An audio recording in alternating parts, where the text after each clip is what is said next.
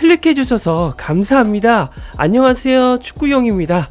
자, 우리 손흥민을 응원하시는 대한민국 축구 팬들에게 꼭 필요한 영상이 아닐까 싶습니다. 토트넘을 손흥민 때문에 응원을 한다고 봐도 무방하신데요. 그래서 오늘은 영국 풋볼 런던이 평가한 토트넘 전반기 평점에 대해서 전해드리려고 합니다. 각자 여러분들이 평가하신 선수들의 점수가 있으실 겁니다. 영국 풋볼 런던의 알리스테어 골드 기자가 평가한 점수와 비슷한지 한번 비교해보시면 아주 재밌을 것 같습니다. 그리고 우리 손흥민 선수는 역시나 10점 만점을 받았습니다. 그런데 충격적이게도 손흥민 선수처럼 10점 만점을 받은 단 한 명의 선수가 있었는데요. 그게 누구인지 영상을 보면서 예측해보시면 좋을 것 같네요. 선수들은 너무 많기에 올 시즌 출전 경기가 많은 선수들 위주로 소개해드리겠습니다. 바로 만나러 가시죠. 구독 제발 좀 눌러주세요. 부탁드리겠습니다. 형님 누님들. 토트넘 전문기자 골드는 토트넘 선수들과 엔지 감독이 지금까지 어떤 활약을 펼쳤는지 돌아보고 평가하는 시즌이 돌아왔다고 알렸습니다. 토트넘이 프리미어리그 시즌 절반을 넘어선 지금이야말로 선수들과 감독을 돌아보고 평가하기에 가장 좋은 시즌이라는 것을 주장했죠.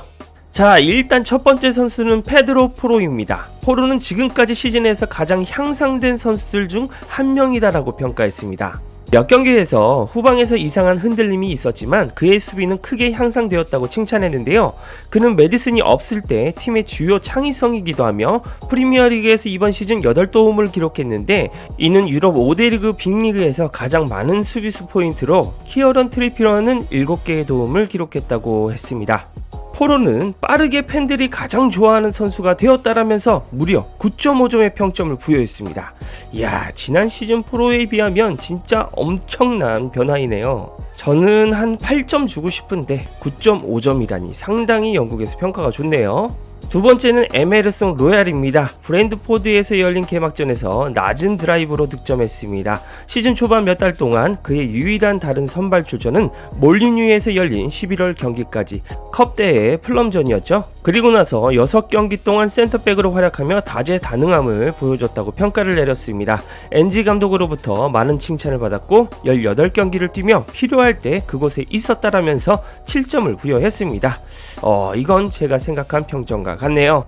자, 이제 토트넘의 부주장이자 수비진의 에이스 크리스티안 로메로입니다. 로메로는 레드카드가 나오기 전까지 토트넘에 도착한 이후 최고의 축구를 하고 있었다고 평가했습니다. 마치 게임 체인저처럼 보였고 그는 프리미어리그에서 첫 국가대표 휴식 후 단 한 번의 반칙도 범하지 않았는데요. 로메로도 3골을 넣었지만 첼시와의 경기가 문제였죠. 그의 부재는 반더벤의 부상과 함께 대패에 큰 역할을 했습니다. 돌아왔지만 햄스트링 부상을 당했고 다음 3경기에 결장했는데요. 맨유전에서는 주장으로 강한 모습으로 돌아왔다고 평가합니다. 만일 그가 출정 정지 명단에서 벗어나 건강을 유지할 수 있었다면 그는 이번 시즌에 스퍼스에서 결정적인 역할을 할 수 있었을 것이다 라면서 8.5점의 준수한 평점을 내렸습니다. 다음은 미친 신입생이자 센터백 미키 반더벤입니다. 골드 기자는 그의 햄스트링 부상은 토트넘에 엄청난 타격을 줬다고 평가했습니다.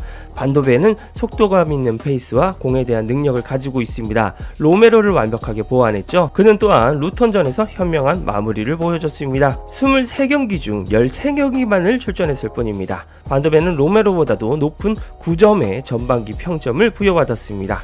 이번에는 제가 좋아하는 좌측 윙백 우도기에 대한 평가입니다. 골드 기자는 매우 다른 리그에서 온 20살의 선수가 프리미어리그 생활에 두려움이 없었다고 소개했습니다. 우도기는 전반기 2개의 어시스트와 1골을 기록했습니다.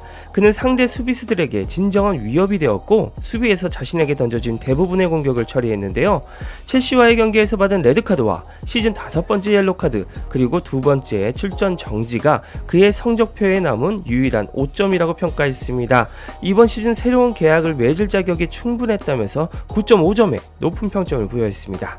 역시 우도기, 토트넘의 좌측 윙백은 든든합니다. 다음은 팀이 어려울 때 잘 메꿔줬던 손흥민의 절친 벤 데이비스입니다. 골드 기자는 초반에는 우도기의 조연으로 밀려났다고 평가했습니다. 하지만 로메로와 반더벤이 결장했을 때 임시 센터백으로 발탁되어 두 주축을 이룬 수비진에서 훌륭하게 활약했다고 말했죠. 10경기 연속으로 이 포지션에 활약하며 엔지 감독을 비롯한 각계각층의 찬사를 받았습니다. 안타깝게도 로메로와 반더벤이 복귀할 쯤에 햄스트링 부상을 당해 당분간 경기에 나서지 못하게 되었다면서 평점 8점에 준수한 점수를 줬습니다.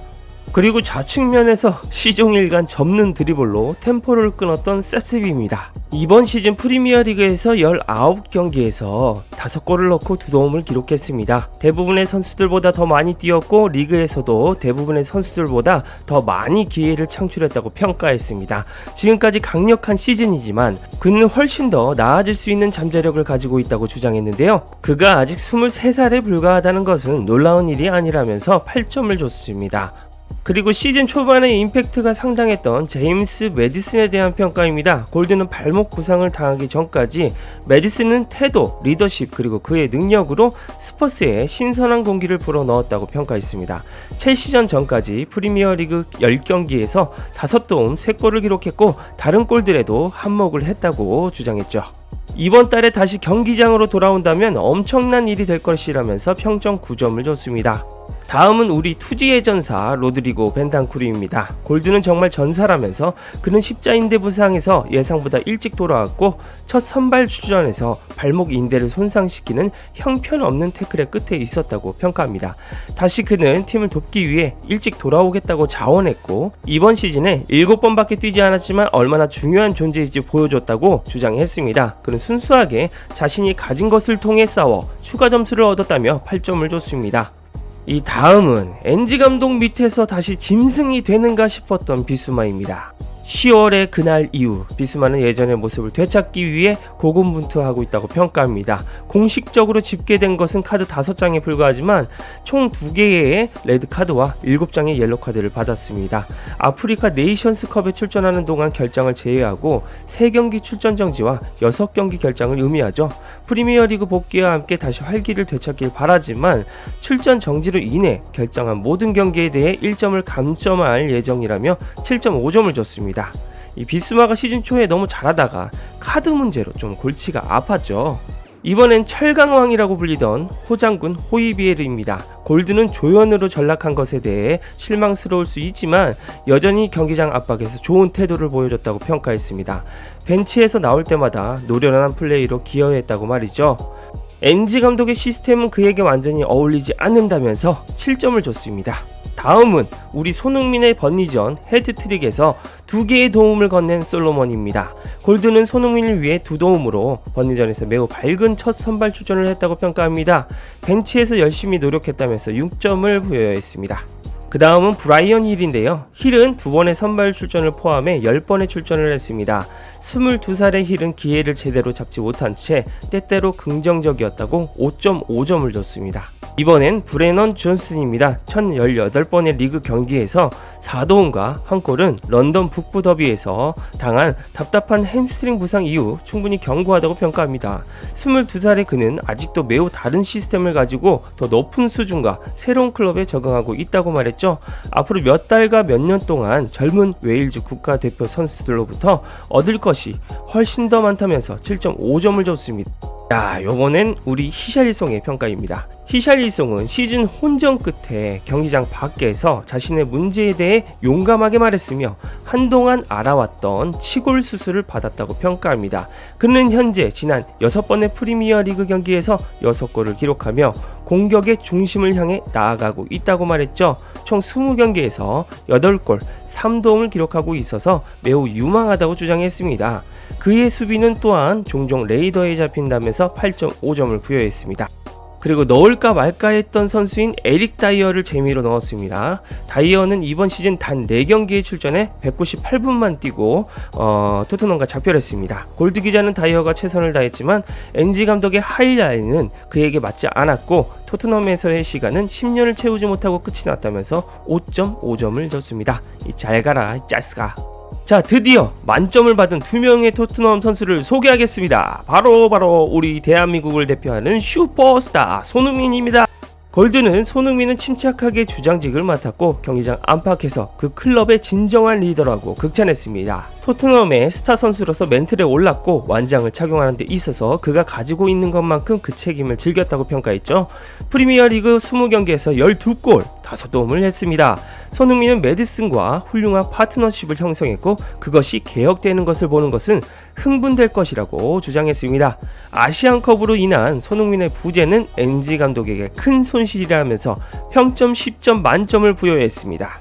토트넘의 전력에 반이라고 봐도 무방한 손흥민의 평점 만점은 의심의 여지가 없죠. 그런데 손흥민과 유일하게 평점 만점을 받은 선수가 있습니다. 영상을 보면서 맞추셨나요? 바로 한국 팬들 사이에서 일명 비카리오라고 불리는 골키퍼 비카리오입니다. 골드 기자는 비카리오는 토트넘에서의 생활을 멋지게 시작했다고 평가했습니다. 그는 두 손과 두 발로 확실하게 역할을 해줬습니다. 그리고 비카리오가 지금까지 매달 5번씩 프리미어리그 이달의 세이브상에 지명되는 것을 보았죠. 비카리오는 팀에서 가장 많은 시간을 뛰었다고 합니다. 골드 기자는 비카리오가 골로 연결되는 단 한 번의 실수도 하지 않았기 때문에 최고 점수를 주기로 했다면서 손흥민과 함께 평점 10점 만점을 부여했습니다. 이번 시즌 전반기 비카리오 선방쇼 진짜 대단했습니다. 특히 첼시전에서 선방들은 잊을 수가 없네요. 마지막으로 감독도 평가를 받아야 하지 않겠습니까? NG 감독은 대부분의 핵심 선수들이 출전할 수 없는 선수들의 명단을 받았습니다. 그리고 시즌 전날 최고의 선수를 잃은 것은 말할 것도 없는데 달성한 것들은 말도 안 된다고 평가했습니다. 이 시나리오는 다른 감독들이라면 누구에게나 변명을 하게 만들었을 법한 시나리오라고 강조했죠. 고장난 클럽을 고쳤다는 평가를 내렸습니다. 그는 또한 대회 첫 3개월 동안 모두 프리미어리그 이달의 감독상을 수상한 첫 번째 사람이며 그가 이끈 영입은 특히 축구 감독이 없는 여름에 최고였다고 평가했습니다.